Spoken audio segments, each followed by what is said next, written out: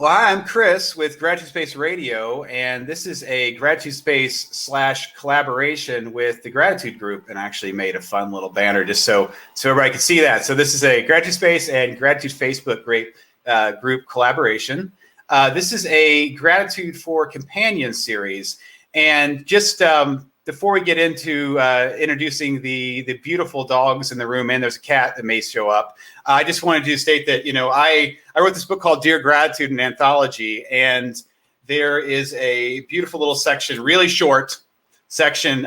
It's called that I wrote about companions, because there's a whole chapter written to people writing to the love for the animals in their life. So just shortly reading this says, animals are a gift from above, for they truly define the words unconditional love. Heather Wolf. I'm so grateful for my cat, Boog. She was so sweet and loving. I really miss how she would come and rub up against my leg and how she would sleep with me, cradled in my arm with her head on my shoulder. Her name comes from when she was a baby. We had adopted her from the Humane Society. After she was with us for a week or two, she developed this wicked sinus infection. It was so bad that snot would block her nose and make it hard for her to breathe. Fortunately, the medicine the vet prescribed cleared it up. Because of this, she was always affectionately nicknamed Boog. I'm grateful for the time I had with Boog. Remembering these moments allows me to appreciate her, even though she is no longer with me. So lastly, I want to thank Stephen Seidel, the person who found the Gratitude Group, for this idea and for reaching in. And without further ado, we will introduce the ladies here. So let's start. We got 5 here, and we're going to start by bringing in Brody and Karen. How you doing? No, great. How are you? Great. So I've already said your name, but if you wouldn't mind saying, your name, where you're at, and introducing your friend next to you there. All right. I'm Karen, and I'm from Jacksonville, Florida. And this is Brody, known as Broadster, Broderick von Barkenhauser, and he was supposed to be Chief Brody after Jaws, but we soon figured out that he's just a Brody. And love it.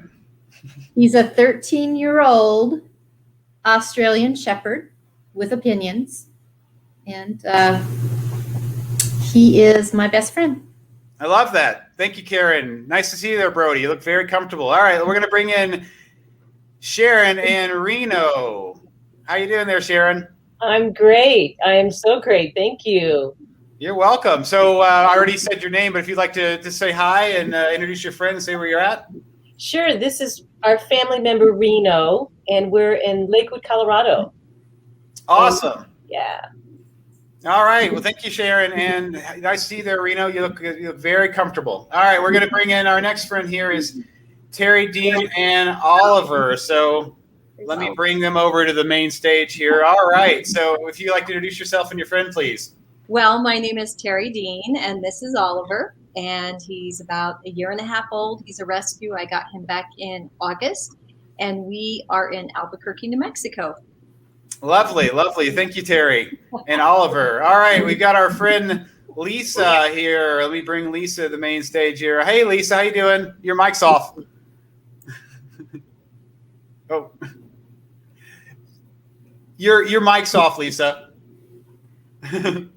That's okay. Someone's making noise. I'm Lisa. I am in a suburb of Austin, Texas. This is Juju, short for Jumanji. She was a unexpected treasure that I found on Craigslist.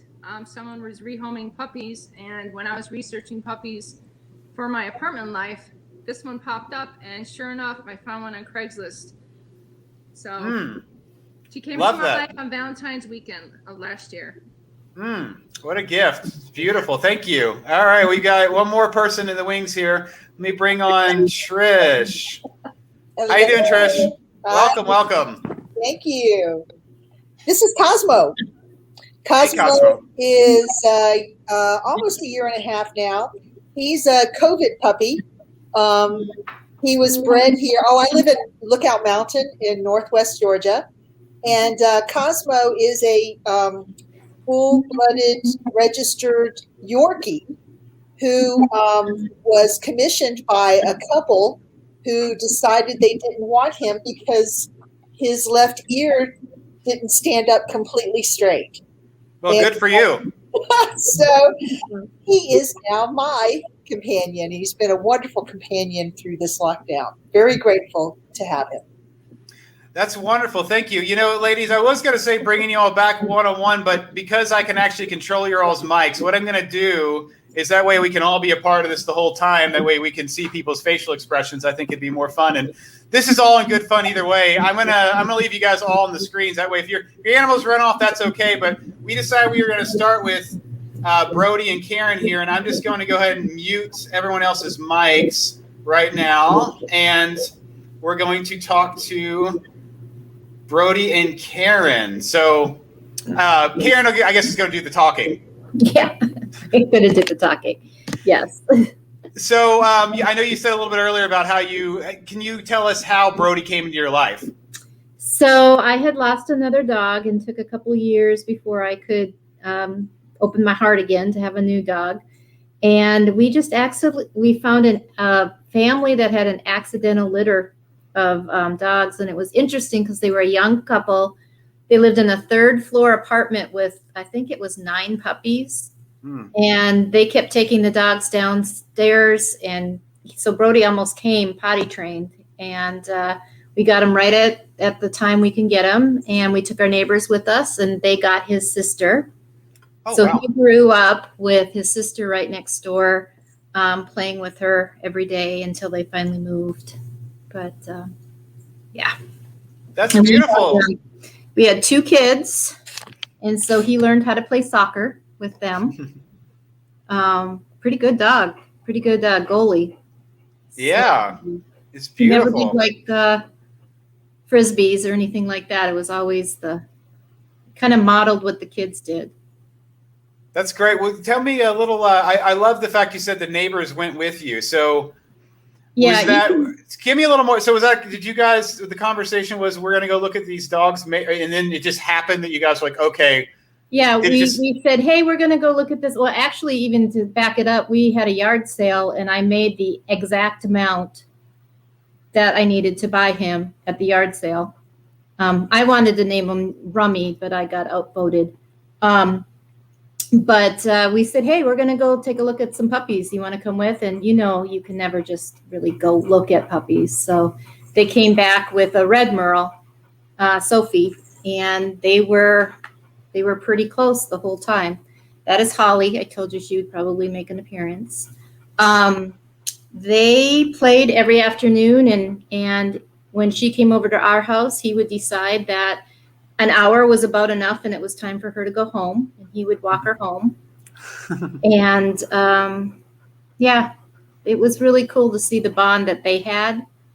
And she was kind of a neurotic dog, and so he helped them whenever people came over to their house.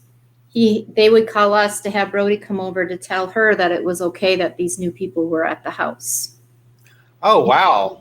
So, oh, wow. I love that. There's so many great elements of that story. Just, I love the fact you said you had this yard sale. So then you got this money, you said, and then you talked with your neighbor, and your neighbor is getting the sibling of Brody so that they could, have a relationship. And then you said that the relationship, even so much as walking her home and then basically allowing her to know everything's fine, like just he would give peace to her, which would give peace to the family. Mm-hmm. So what were your neighbors' names, and are you still in contact with them, or have they? Kelly and Byron, and I'm not. They moved actually out of the country, so I kind of lost touch with them after a while. But we stayed in touch for a while. So obviously you said you didn't get the name you wanted, but how did you come up with the name Brody? Who is that related? My partner at the time, Steve's favorite movie was Jaws. And so we had a whole list, and we came down to Chief Brody from Jaws, and we were really going to call him Chief, but his personality is not a chief. He's so laid back. We got the couch potato type of Australian Shepherd, and so he's just Brody. Mm-hmm. But the whole herding thing never left him, because we had 2 kids, and we used to do a lot of hiking. And we'd start off in a single file, and before we knew it, we were all in a circle. And he would get us get us the way he wanted us. So That's beautiful. So who are some of the other people that Brody interacts with on a weekly basis, or who else is Brody keep making smile? So Brody is my therapy dog. So I'm a mental health therapist, and a licensed mental health therapist in Jacksonville. Oh, wow. And I work for a nonprofit, and he comes to work with me and works with kids and adults, and actually the staff too. We do a walkabout, and he knows who the dog lovers are and which ones to leave alone, and he gives lots of love to everybody. He just has that personality and that calming effect. So how that works in a therapy session is he kind of gauges how the client is feeling, and sometimes he'll lay on their feet and then they kind of pet him as they're going through whatever they're going through. And other times he can tell they don't really need him, and so he comes and lays by me instead. And then with some kids and even some adults, he can actually be part of the treatment plan, where if the kid doesn't have a lot of self-esteem, getting him to sit and giving him commands and having him follow through kind of makes them feel a little bit more empowered. So he earns his puppy chow. That's beautiful. Wow.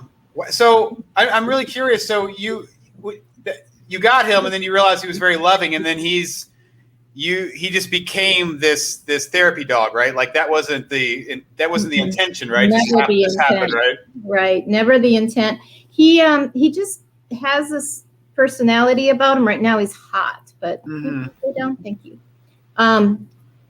Just the neighborhood kids and the way he interacts with people on the street. He just has that. As a matter of fact, he has a referee costume that same Kelly. Kelly used to buy him costumes every year. So he has a mailman costume and a referee and all this stuff.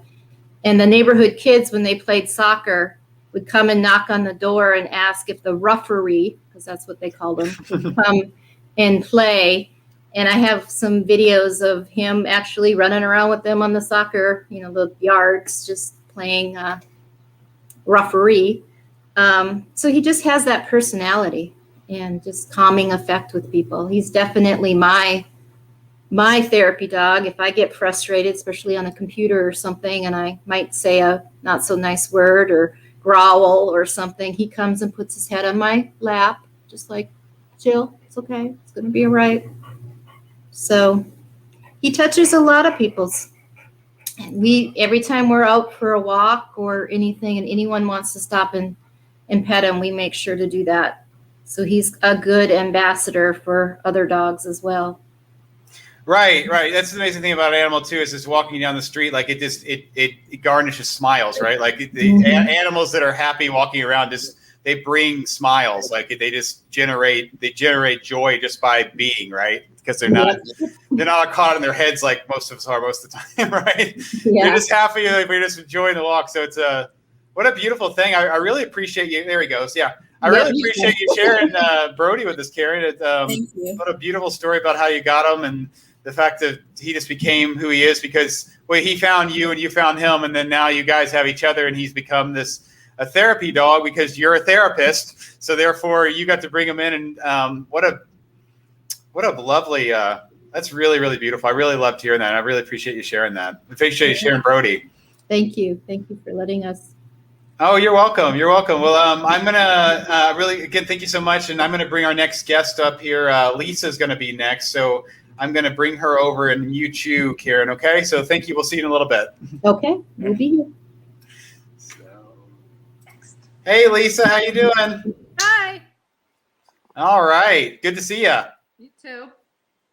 So I do remember some of your story, but why don't you say it again? I know you said last Valentine's Day that you found your dog on Craigslist, but I want to hear a little more about that. Like how what gave you the idea have you had a dog before? What brought about that day, and what led you to Craigslist? And give me a little more details, because I think there's a lot of great story in there. I am a lab mom. I've had labs my whole life. So when my last one got put down quite a few years ago, I didn't have any dogs. I was in an apartment at the time, so I didn't think it was fair to leave a dog in an apartment. And then my dad passed away 2 years ago, a year before I got her. And the grief was hard. And so I was like, you know, I think a dog would really help. And I was looking, you know, researching perfect dogs for apartment living. And I was looking at Yorkies. I was looking at mini dogs, dogs that didn't require a whole lot of attention when they were home and that can be home alone. And this breed popped up as the best one for apartment living. She's a mini American Eskimo. And then by chance, it was like one of my sleepless nights. I'm on Craigslist, and one just popped up. This lady was rehoming like a new litter of puppies. And I was like, okay, this was meant to be. And ironically, I drove up the next town, and she had a whole litter in the back of her SUV, a whole bunch. I wanted a boy. She gave away the last boy. No, I'm sorry. I wanted a girl. She gave away the last girl, and I was like, okay. So I picked up one of the boys, and I held it. Didn't feel a connection. And then I see this little puppy in the back, her. I picked it up. She licked me in the face, and I'm like, I felt that instant, you know, like, you're going to be my human connection. So I took her home. She was like this little puffball. Drove her back to my apartment. Did not tell my son because he was bugging me for a puppy for the longest time. Took her home. This was the Valentine's weekend. And then when I took her out to pee, thinking it was a boy, she rolled around her back, and I realized, oh my gosh, it is a girl. Oh, wow. Yeah. Oh, that's what... Thinking it was a boy because she said there's no more girls left. And sure enough, and I saw, I'm like, oh my gosh, it's a girl. So that was another miracle. I'm like, oh my gosh, okay, somebody's listening. And so she's my emotional support animal. She's registered. But unfortunately, this past September, my ex-boyfriend, who's now my roommate, he had a Rhodesian Ridgeback who she instantly bonded with. The Rhodesian Ridgeback had cancer in her leg, and she wasn't expected to live much longer. But once she met Juju, she just had a whole new spring in her step, and she lived for another year. And their bond was incredible. Just, you know, this big dog and this little white fluff chasing each other around the house, and it was so hysterical. But she passed. Her name was Gigi. She had to be put down in September, right after Labor Day, and she kind of lost her place in the pack. So she developed a lot of anxieties, and we moved into a house where we were isolated. And now when people walk by, she goes crazy. We're having trainings. We're learning how to be out in public, but any other dogs, any other people, and she just loses it. Like, she just protective. So we're going through training. She's on anxiety medicine.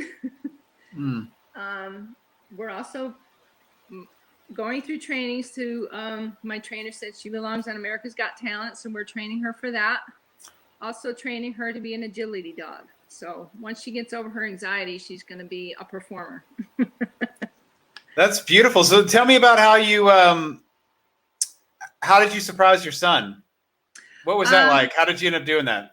Me and my ex split 50-50. So when I went to go pick him up, I just walked inside with her in my lap, and I handed it to her, and he was just all like shocked looking at me. He's like, "What's this?" I'm like, "That's your new puppy." He's like, "What?"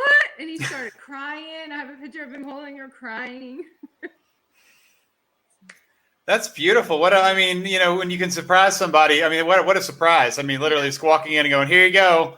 And she loves him. It's like when I say, "Where's Brandon?" She like perks up. You know, I was when you were talking before about your father passing away, which I'm sorry to hear about that. It made me think of, you know, my mom passed away years back, and my father, through some different changes, he ended up getting a cat, and like, I'm so happy that he has that cat. So happy, because it does what we can't do, and being there, and it really is somebody when he comes home to be with, you know, and like, it gives him that attention that he needs and he loves, and like, he's never been like an animal person, but like, you know, I do video calls in the morning and like, there's the cat next to him. And he's always thinking about her. Like, I gotta get home and make sure she gets fed. You know, she's waiting on me. And I think it's such an amazing thing. Animal, you know, only an animal can do that, you know, and it's such a beautiful thing. It's just such a lovely thing to see and be a part of.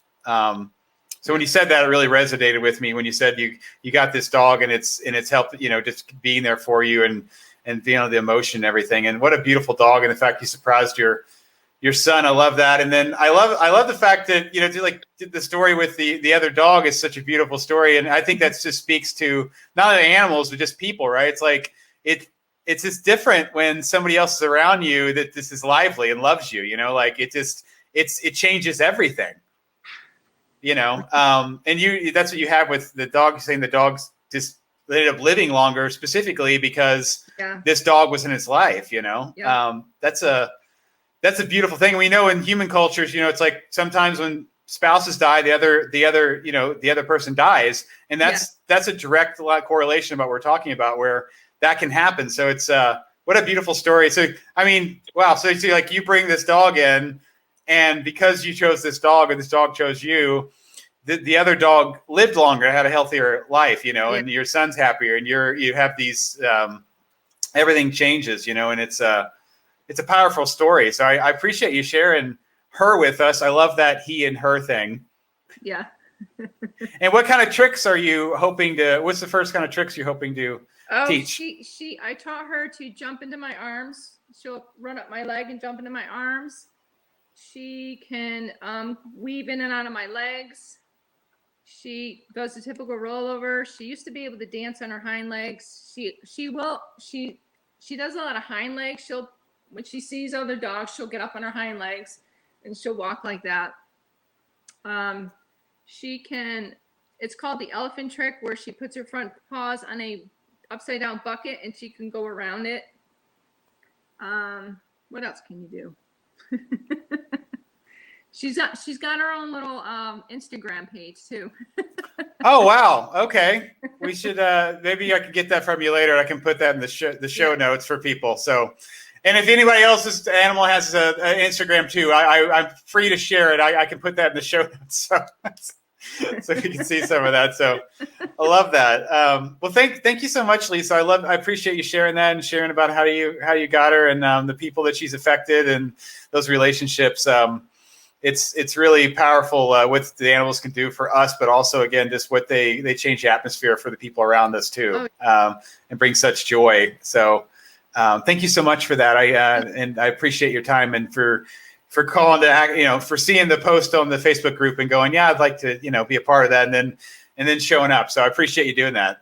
Well, I like sharing her, since I can't share her physically yet until she gets over her fear. Well, we appreciate it, and the great thing is now that we'll put it online, and you'll be able to share. Some other people will be able to meet her who wouldn't get the opportunity because of the circumstance. So, okay, thanks.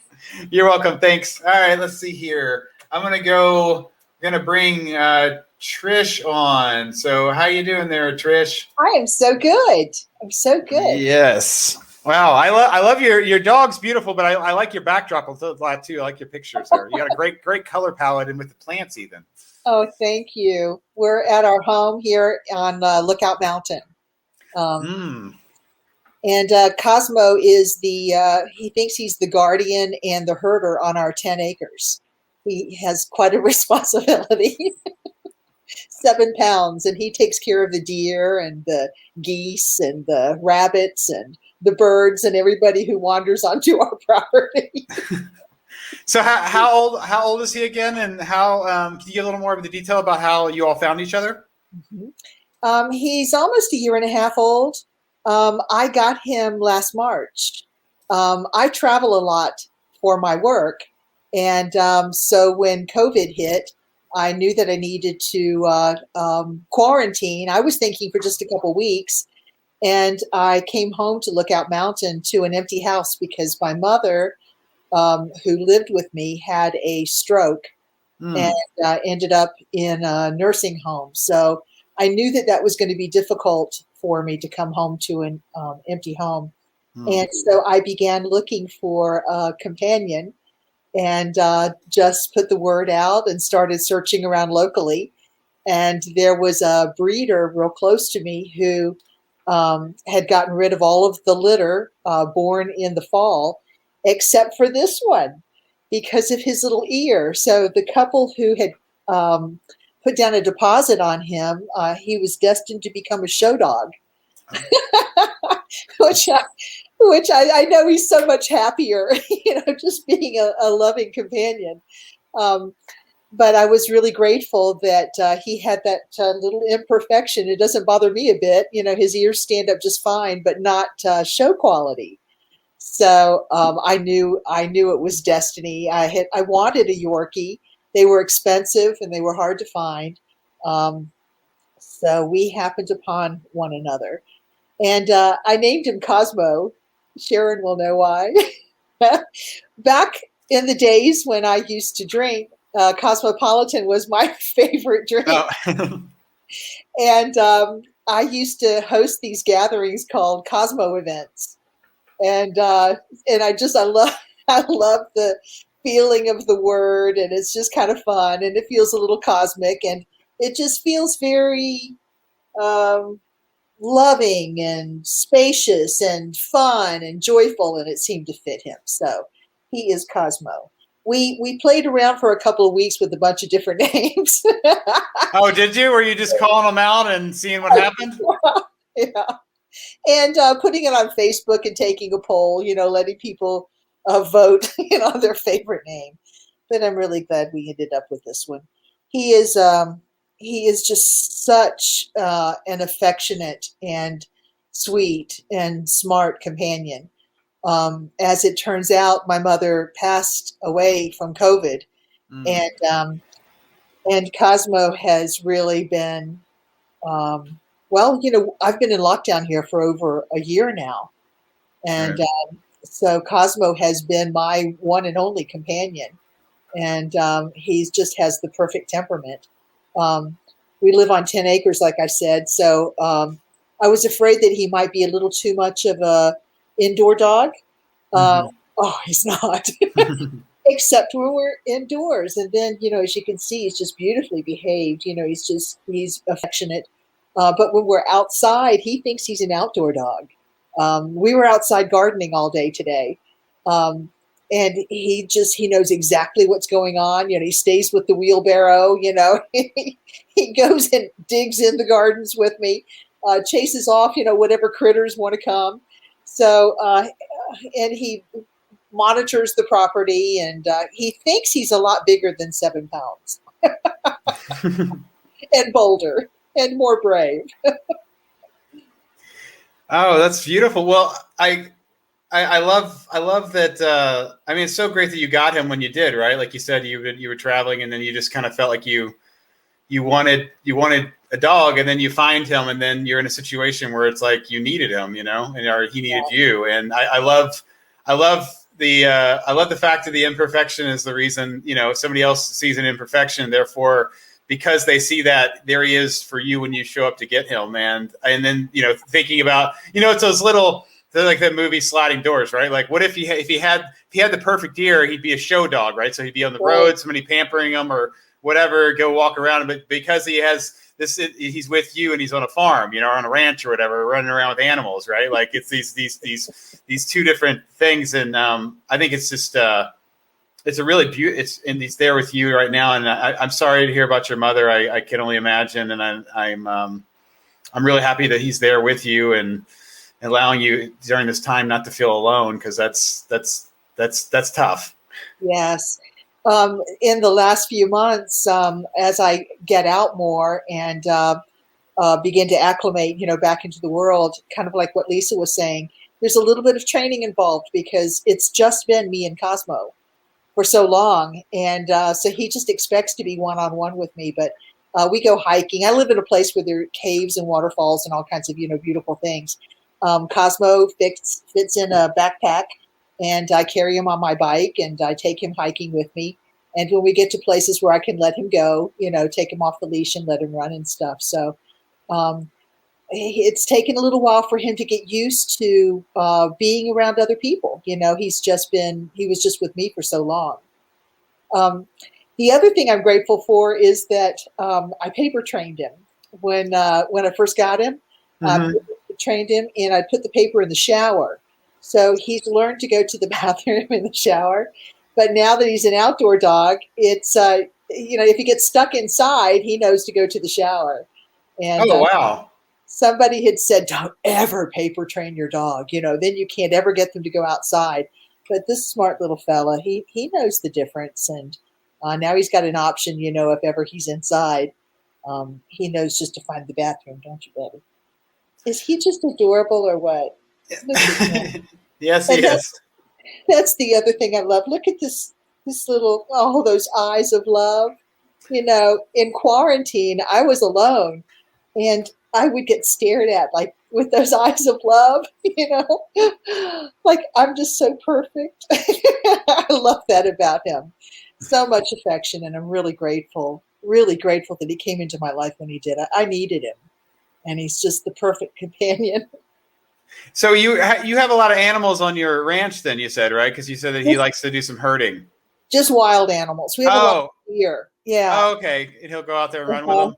And I post pictures on Facebook of him. There's one deer in particular who was born here about 3-4 years ago, and she has all of her babies here. And so she's real tame and comes up to the house. And Cosmo thinks he's part of that herd. He'll go out and play with the babies and play with mom, and they hang out in the yard together. And Cosmo gets into the big window here and looks for them. He knows when they come out to feed through the yard and stuff. They're real good buddies. The Canadian geese, he's not such great buddies with the Canadian geese. I'm not sure what they did to upset him, but he will chase them off. So it's just wild critters, coming in the yard. That's great. I years back when we had our cat, I saw a thing where you could like put something down on the toilet, and I was really tried to test it out. I was thinking, how amazing would it be if this actually worked? And when what happened is the one they sent me was missing a part. So we never technically got to try that partial litter thing. It was very fascinating. So I've never owned a dog, so I didn't even know about this papering thing. I think that's brilliant. I mean, wow, what a if you could put it in the toilet, obviously you're not worrying about it going. I mean, that's in the shower. That's somebody was really thinking. So that's really awesome that he will do that. So therefore, keeping the house clean. That's wonderful. Exactly. So at night before I go to bed, one of my bedtime routines is to open the shower curtain and to put a pad in the shower so that he knows he's invited to go there. And then during the day, I close the shower curtain and open the doors. He's got a doggy door. He comes in and out however he wants. He's got a really good life. It sounds like it.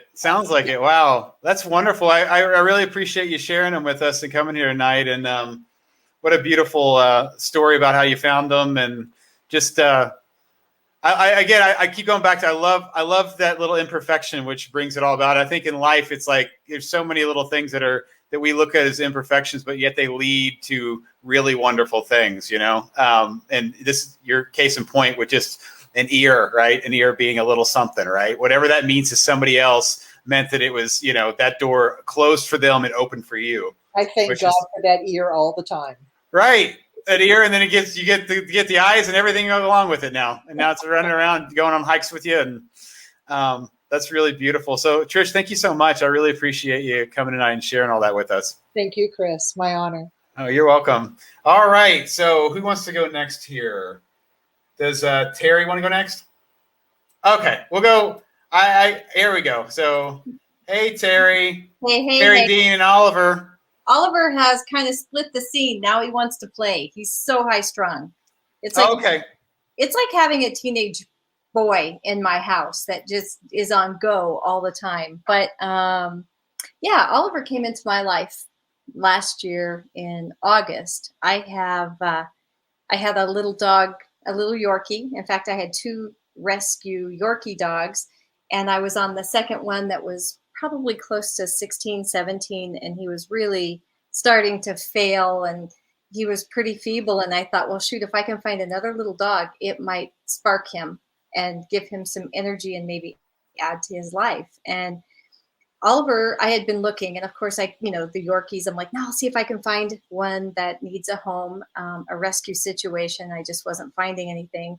And then out of nowhere, Oliver appeared on a site in a little shelter south of Albuquerque. And I wish I had the picture here. Poor thing. I mean, he looked a mess, but he was listed as a 1-year-old female Yorkie. Oh, and I thought he's not a Yorkie. He's not a Yorkie, but he's not a female. And I had to, oh gosh, like they were getting probably 100 calls a day on this dog. And the way the system works is if the dog is not claimed within 3 days, then you have to be like first one at the shelter, and it's just a crapshoot as to who gets the dog. And so I kind of did some background work and found a friend that does lapdog rescue. I said, do you know anybody at the shelter where he came from?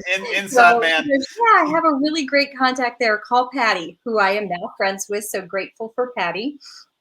And I was able to, by the grace of God, one of those like gratitude things again, I called on a Saturday and I said, I really would like to meet this dog because here's the situation. I have a really elderly little one that only now weighs 2 pounds, and I need to make sure that I bring in an animal that's going to be safe for him. And I hate to just show up and say, hey, I'll take the dog, and then maybe there's not a fit. And she said, well, we don't allow that. We can't do that. And then she said, well, hang on. I told her the story, and she comes back to the phone and she said, can you be here at 2? I said, yes. So I race, out there to get there by 2. I spent some time. First thing I noticed about Oliver was that he was not a girl. He turned his back to walk away, and I'm like, not a girl. So he's an absolute wild man, and I know he's probably exactly what I need. But he has pushed me. He was fine in the kennel. I went back 2 days later. No one claimed him. And I was like, why? How can no one claim this little dog? He's really on it. And the car ride on the way home, I knew why no one had claimed him, because he was screaming like a human. And I'm like, what is going on here? Like, this is not the way dogs are with people. But he was terrified. He was out of his mind. So we've had a lot of work that we've had to do this last 6 months. I did end up needing to put Rupert, my little dog, before I put him down the end of October. And I will tell you, it has been a true gift having Oliver with me. I didn't realize how hard that was going to be on me. And I would be remiss to just not quickly say some of the dogs that have really touched my life. My first dog I named her Alexis, and I had her when I was in my 20s. She lived to be about 18. And that dog truly taught me unconditional love. Everybody's like, you can't get a dog. You're too busy. You're not going to be a good dog parent. And I love that dog with my entire being. And she taught me so much and just gave me so many gifts. And then it was some time later, I rescued another little 2-pound Yorkie mix. And we just looked at each other like, what are we supposed to do now? And I love that dog's name was Gizmo. Gizmo ended up being the weather dog here in the market for a couple of years. And I worked at a TV station at the time. And so he kind of became a little celebrity. And I cannot tell you through that, the number of relationships that opened up for me as a human. And in the building that I lived in, I would have never gotten to know the people in the newsroom like I did. That little dog had 6'5", 300-pound men like on their knees every Friday. Gizmo! So the relationships that were created just off of that were very touching and very, very heart touching. And then I ended up with Rupert a few years later. And so I had the 2 little ones, and I loved them. And they, went on the bicycle with me, just like the other little Yorkie. And then Oliver rolls in, and he's a puppy. I haven't had a puppy. I've rescued the other dogs when they're like 5 years old. So it's been 25 years since I've had any kind of a juvenile dog. And he's a terrier. He is He's like a silky terrier mix of something. And I mean, he's on it, and he's wildly intelligent. And I did some training with him, and the trainer goes, "He's so smart." I said, "I know." I was real proud. He goes, "That's not good." He goes, "He's going to push you." He pushes me, but you know, and it's been fun. I was doing I did an accountability workshop in January where I met Sharon and Reno, and we both had little dogs, and I think that just opened a connection for her and I to talk a little bit more intimately, and we became fast friends. So I've got Sharon now in my life, and kind of I think part of that was, you know, the fact that we both have little dogs. And then recently, another beautiful thing has really opened up because of Oliver, and that is a few months after I rescued him, I had told the lady at the shelter, I said, or I didn't tell her, I asked her, "What do you guys need?" I said, "I would love to support you however I can, so tell me what you need." And she said, "Basically, we need everything." And so I put the word out, and I started like collecting towels and sheets and blankets, and I've taken a load of things out there, like an entire SUV full of goods for them. And through that, it's reignited another relationship with an ex. We were friends, but also we worked together. She's the general manager of a hotel here, a large hotel. And she called me, she said, "Hey, we have all this stuff and it's going to need to we have to just dispose of it. Do you think you can use anything?" And I said, "Absolutely, we'll take it." So that has just opened up an amazing door for her and I to continue a deeper conversation. And we're in the process right now of starting the Oliver Rigby Foundation, because she adopted a dog the same time I did. And we're funneling off goods and supplies to, we've supported 3 rescue organizations, right? Wow. You know, just already in the last month or so. And I have a feeling it's going to take off, and we're going to really be able to help some people, the people who are front lines, holding the dogs in the homes, who need the supplies to, you know, take care of.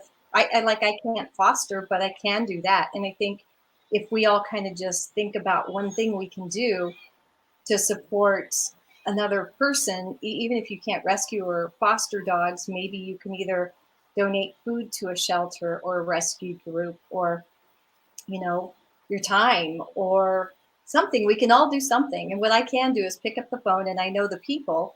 So I can pull the people together, and we can definitely, I think, have some impact. So we're really excited about that. And it was funny because Sharon and I talked yesterday. I said, "That's so weird. I just got off the phone with my friend Joni again." So, and I feel like Joni and I, we've always adored each other. And I feel like we're just going to have, you know, an expansive relationship that's going to touch a lot of people along the way. And I get to hang out with somebody that I really like. So that's opened another door.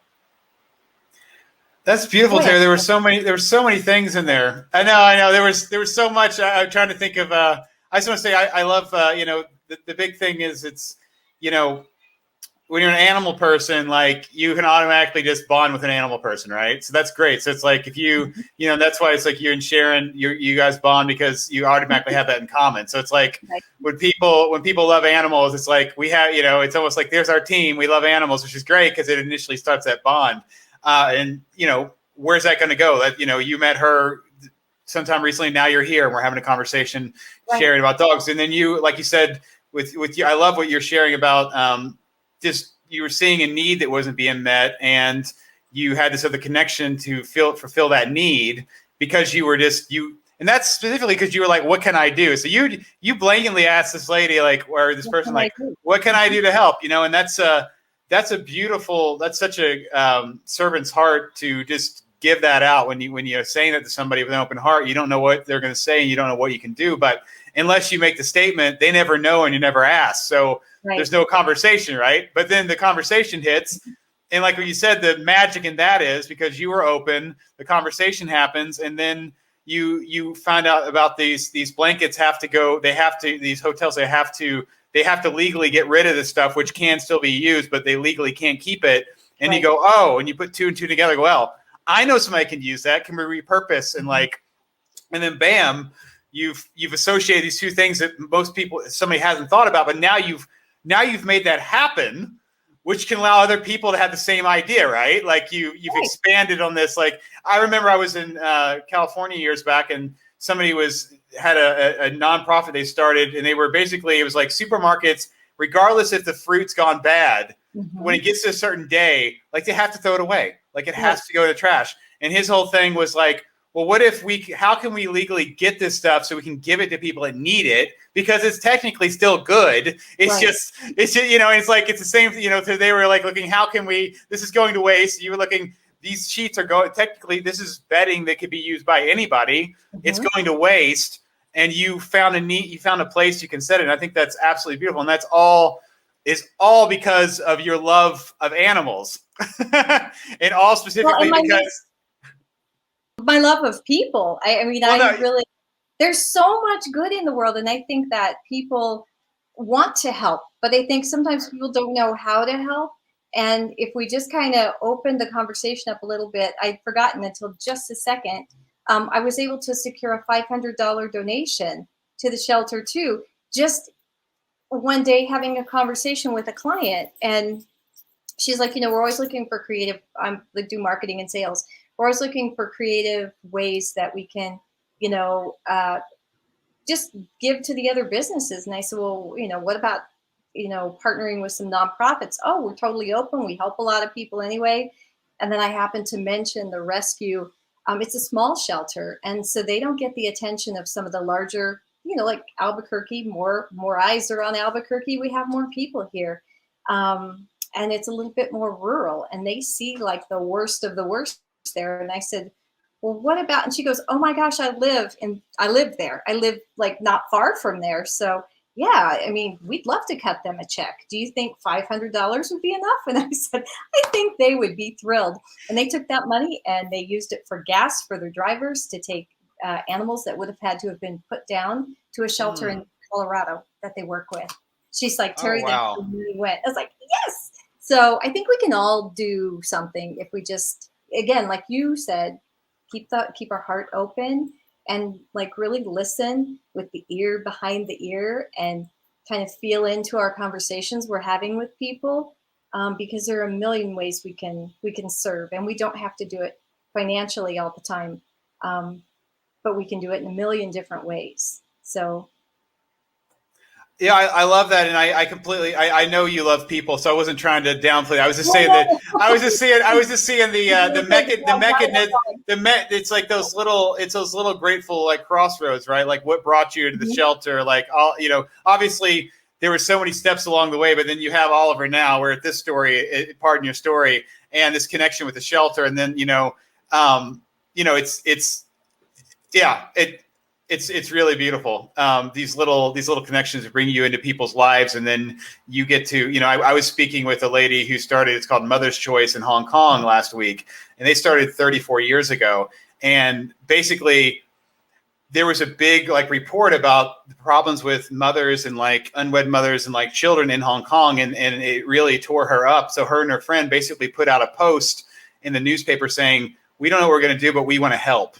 Right. That's all I said, right? They didn't know what that meant. And the next thing you know, the next day, because somebody heard that in the hospital, there was a woman that was hiding out that wasn't she was pregnant, but she didn't have any reason to be in the hospital. And they contacted them the next day because they'd heard about it, right? So within one day, this lady and a friend have a pregnant woman there. And then the next day there's a baby.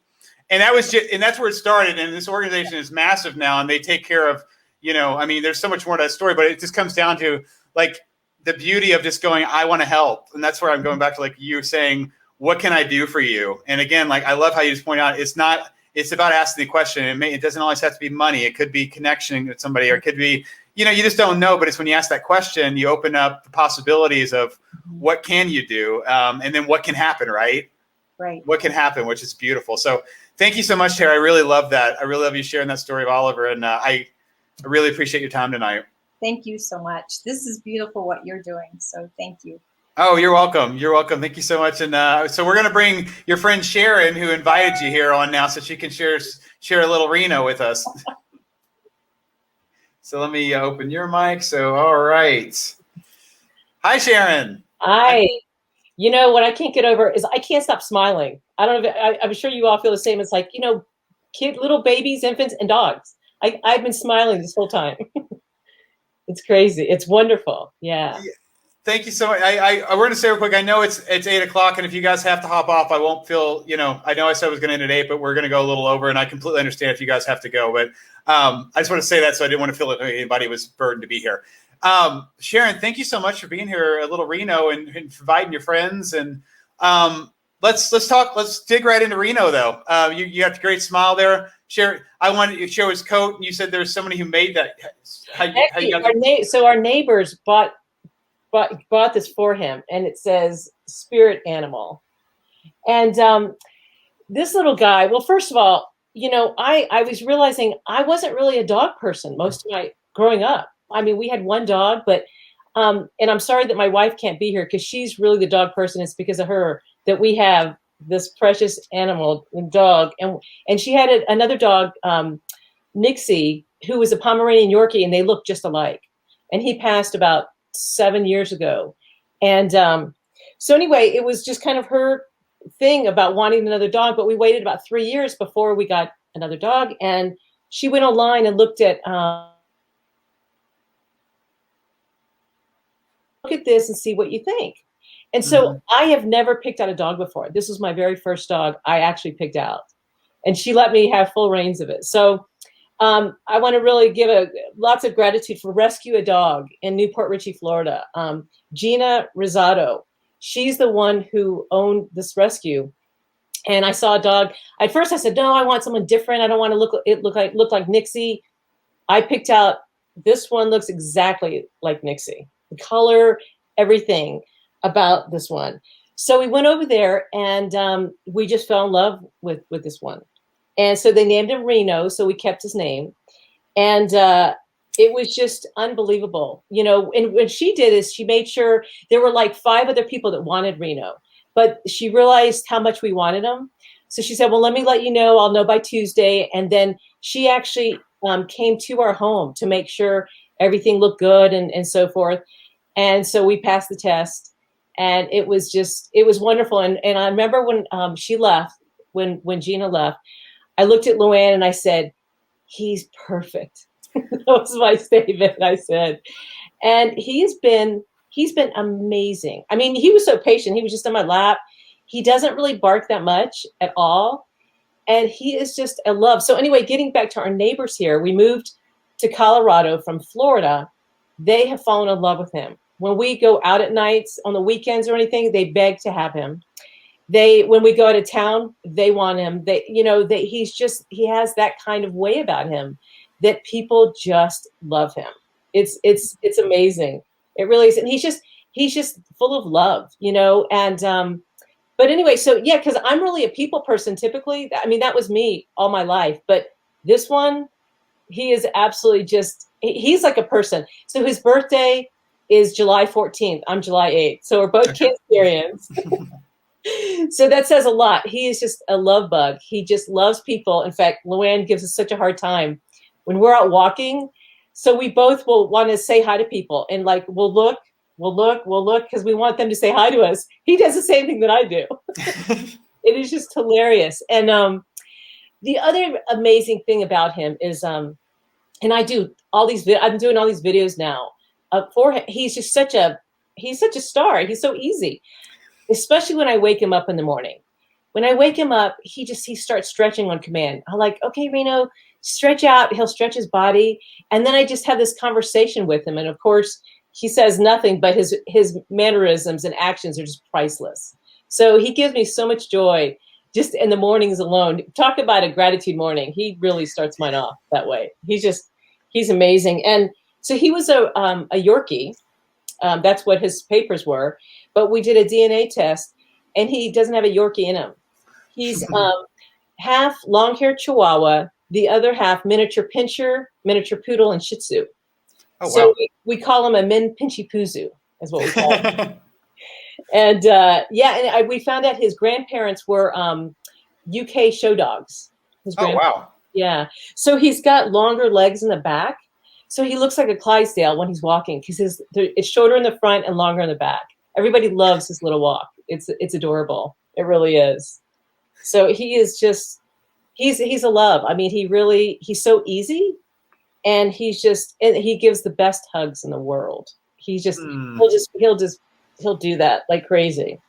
He's a really good guy. Yeah. He just shows, and he has, before we get done, let me know, because he has another talent, but I want to do it at the end because I'm not sure how it'll go over. But so in just a few moments, you let me know. Okay, yeah. You were saying that you take a lot of photos. I remember you talking before about that you would share with the person you adopted, the place you adopted. You share. Yeah. Who's your contact there and the gratitude there? Yeah, so Gina Risotto, she has rescued a dog. So every time we take pictures, I tag her page, and then she sends them, and she's just so happy because it's been so many years since she gave him to us and we adopted him, and so she's thrilled every time we show pictures. It really is. It's a cool thing to do. She really enjoys that so much, and we do. We're so grateful for her, and what she does. It's really right. That's so beautiful because I can only imagine every time she sees the tag and she sees the dog, you're basically like sending her a smile. Like you're getting a smile. You know what I mean? Like that it's like affecting her because how much it's affecting you. So that's what a relationship coming out of just her being the person there at this shelter and being there for you when you got Reno. So that's amazing. Yeah, absolutely. Because when she got him, he'd been with an older gentleman who just loved him, and he passed away. And so he was like a lap dog, and he never went outside walking or anything. So when we got him, it was his first experience to be outside and walk and run. He'd never done it before. And the gentleman, he couldn't really get regular food for him, so he had scrap foods for him. And he had a liver shunt, and they were going to put him down because of his liver. Oh, wow. We started getting him on regular food, and that was all it took. Yeah. And the other wild thing, my friends will really laugh about this. So Luann calls me the alpha mom, and I'm like, what? Because I didn't know what that meant, but apparently I'm mommy number 1 and Luann is mommy number 2, and I didn't even realize that I'm the alpha. Well, what's so the neighbor? You said the neighbors will take him anytime you want them to. Is that what you're saying? So yes, they adore him. They give him clothes. They have clothes for him and treats, and it's so nice to just see that. And everybody on Facebook, all of our friends, they adore him. They want to take him. They just really, he has this way about him. He's so easygoing, and he's just love. That's all he is. He's just love. Are there people that you just see when you're walking with him that are just friends of his that you all say hi to all the time, or has that changed recently because of? Yeah, he doesn't have a stranger. Right. He loves everyone, and he's like flying when he sees people. He just like jumps up so high. He's like flying. He's so excited. We have a leash, but it's amazing. And his favorite here in Colorado are the bunny rabbits. He just loves the bunny rabbits. He goes nuts. It is so cute. He runs after them. And we love them. The bunny rabbits are cute. We didn't have that many in Florida. So it's really, and the other thing about him too, being a different climate now, he loves the snow. He doesn't bother him in the least. He's in that snow. And, and then we'll get him out in the snow, and then we'll do a spa treatment. We'll get the towel and we'll blow dry his paws. So, and his whole hair, he gets a spa treatment every time when it snows, when he comes back in, but he loves it. So that was really something good. He acclimated really well to Colorado. He's a good mover. Okay. Yeah. We didn't know that, but yes. Well, that's wonderful, Sharon. Well, I would love to see the trick. Okay, and then we'll bring everybody back on. So we discovered this almost 5 years ago. It was my dad's 85th birthday, and so we were FaceTiming, and we were on the couch, and all of a sudden we were singing. And I'm going to use different words for this, but we were singing "Happy Birthday" to my dad, and on the side of the couch comes this one. So I'm going to change the words a little bit. I'm so grateful for you. I'm so grateful for you. I'm so grateful. I'm so grateful. Okay. I'm so grateful for you. Wow. Thank you. Wow. That was awesome.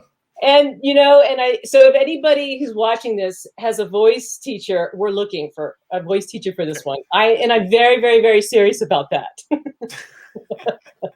So thank you, Chris. You're welcome. I'm going to bring everybody back on here for the end here, and we'll get a nice bring everybody's mics back up. So hello, ladies. So we're all here together, and I wanted to thank you all for your time. And if anybody has anything they want to, we have a couple minutes here. If anybody has any thoughts they want to share with anybody else in the group about anything they heard, you're welcome to say something. If not, that's completely okay too.